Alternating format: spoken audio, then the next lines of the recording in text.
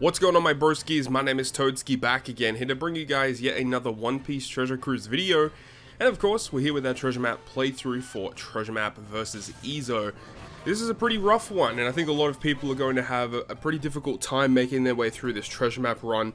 Mainly due to the fact that the final boss, while we did think it was going to be pretty simple and straightforward, especially with the introduction of New Year's Nami and making things pretty simple, there are things that we'll talk about once we get to the final boss versus Oden that make things a little bit difficult. Now, the Izo fight is still as tricky as what we thought. Rayleigh and Gaban are going to be a huge asset to your crew here, as their super swap will be able to remove a lot of the gimmicks that occur here on stage 2. And you don't even need their super swap, but having their super swap is definitely also viable on the final stage as well. If you don't have a Rayleigh Gaban super swap or a Whitey Bay special, then you need to have some type of chain lock that can last for multiple turns that you can go ahead and use in the final stage, because the final stage of Izo will have an interrupt to chain lock and chain addition effects. So you're going to be very, very cautious of that, because there is also attack down based on your chain multiplier, so you do need to find a way around that. So Whitey Bay special, which does give you the clock buff, which will extend over to the final stage, or Rayleigh Gaban switch effect, super switch effect, will provide you with a chain addition effect that can bypass the interrupt of Izo. Or of course, you could have a 3-turn buff that you can carry into this final stage. But it's really annoying because these boosters don't have great captain effects that synergize with the rest of the boosted list. So it actually is kind of difficult to build a succinct team, especially if you don't own a copy of the new Legend Whitebeard that will actually synergize very, very well with the new boosted characters, which is what they are kind of aiming you to use, is Whitebeard plus the boosters. So without that, it definitely makes things a little bit more difficult. Alternatively, Rayleigh Gaban as the friend and then like a chopper sub is actually going to be a really good way to get around most of the gimmicks in this quest as well.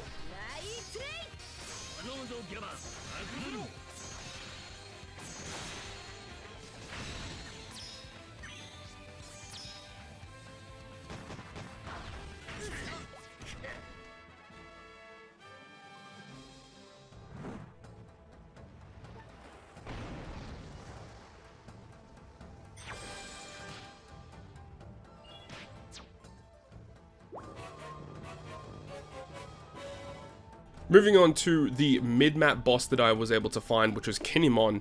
Kinimon is definitely the most difficult of all of the mini-map bosses, and I would highly advise you guys to take him on in the mid-map if at all possible, especially if you are finding him very difficult. The main issue here is on the main bosses, they want you to use Whitebeard in the boosters, which leaves the rest of that batch being Shanks, Buggy, and then also Rayleigh and Gaban. They want you to use those characters versus Kinimon. And the fact that they make you use those characters makes it very difficult, because they inflict 7 turns of special bind and 7 turns of attack down, which of course Rayleigh and Gaban can single-handedly deal with their captain effect, their super swap, and also their special itself. So in order to get around this, the way that we're combating it is by using Luffy and Chopper with the supports of Neko and Sabo. That combination in any form is going to be amazing in this quest, and the Shanks and Buggy specials work perfectly in this quest, because Buggy will remove the resilience and give you the full board of slots, Shanks obviously giving you the 3-turn defense down conditional boost. In this example here, I am using Zoro to give us an all-boosting effect, but Luffy's a really good unit to use here, because the units that they are suggesting you to use are all free spirit. Luffy boosts free spirit, he has a great special, and his super type can provide a chain boosting effect, which synergizes really well with Buggy's chain boundary. Even though Chopper's not boosted, the fact that he provides so much utility to get around the boss is very much required.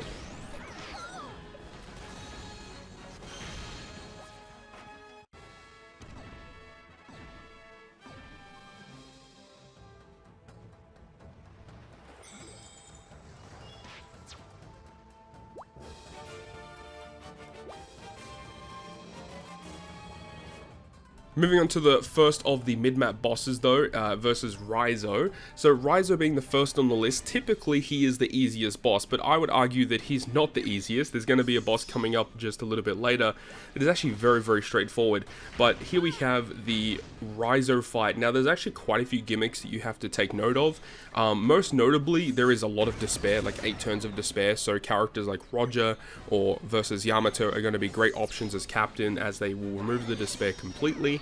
But there's also going to be an attack down based on your chain multiplier, which Law and Kid can deal with completely, and the fact that he does have a barrier means that Viper with barrier penetration is going to do so much damage with all of this damage applied.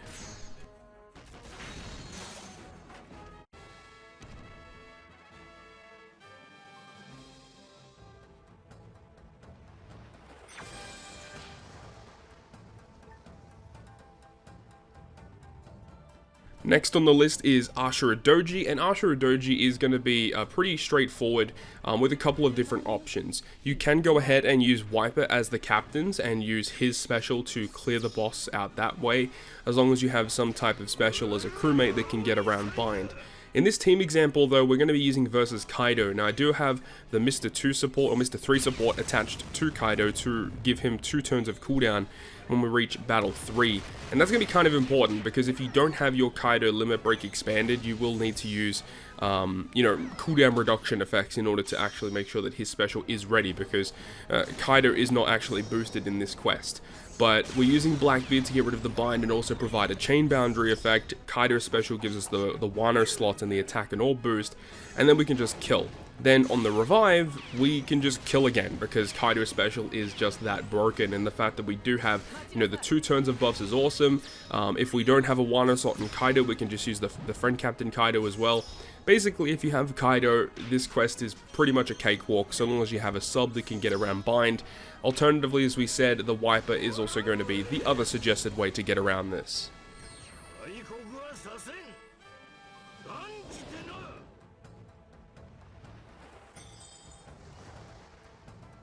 Then we get to probably the easiest of these treasure map bosses, which is Denjiro. The reason why this one's super easy is because he essentially has no gimmicks. They want you to use Sugar and the Doflamingo. Sugar obviously was free to play during the Pirate Rumble season that just passed. Doflamingo being a free to play Kizuna character. Essentially, they want you to use free to play characters for this quest that were just out. So if you've been playing, recently, you should have your hands on these units, and if you have them on your team, it's just super simple. By using Doflamingo special, use the Sugar special, 6+ Sugar that is, and you're good to go. So a very simple quest with very accessible units.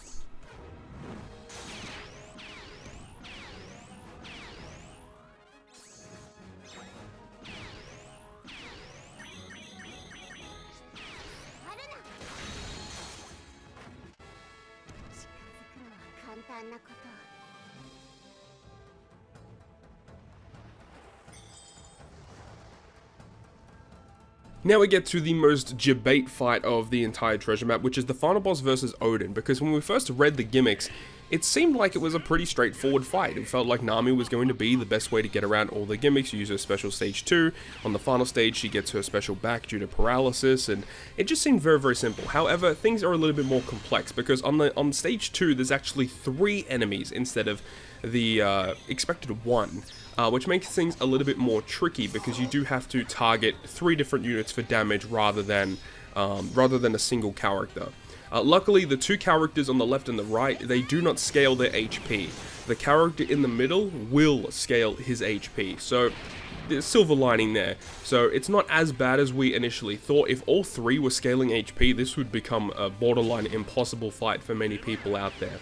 But once again, Whitey Bay is going to be pretty good here for getting around a lot of the gimmicks on stage 2, plus the effect to give you a chain boost in the multiple turns is actually really strong. But Nami special, as expected, is still one of the better ways to get around this quest. And then of course we have the Marco to get around increased defense. You could also go ahead and use something like the rare recruit Shanks from the latest batch, who's also a pretty solid option too, as he can get around the Rainbow Shield on stage 2. He can give you boosts moving into the final stage, like removing enemies' defense, which is pretty strong over multiple stages. Roger Special plus Rayleigh Gaban is obviously super solid here. Rayleigh Gaban is just a solid unit in general, but if you have the new Whitebeard, he definitely makes a lot of these fights super easy due to his wave clearing mechanics. So those are just multiple ways that you can get around this specific fight versus Oden. But that's pretty much going to wrap it up for me. Thank you so much for watching the video. If you guys enjoyed it, make sure to go ahead and leave a like, and if you want to stay up to date with all the content I post, including more One Piece Treasure Cruise content, make sure to hit the subscribe button down below. Other than that, guys, I'll see you guys within the next video.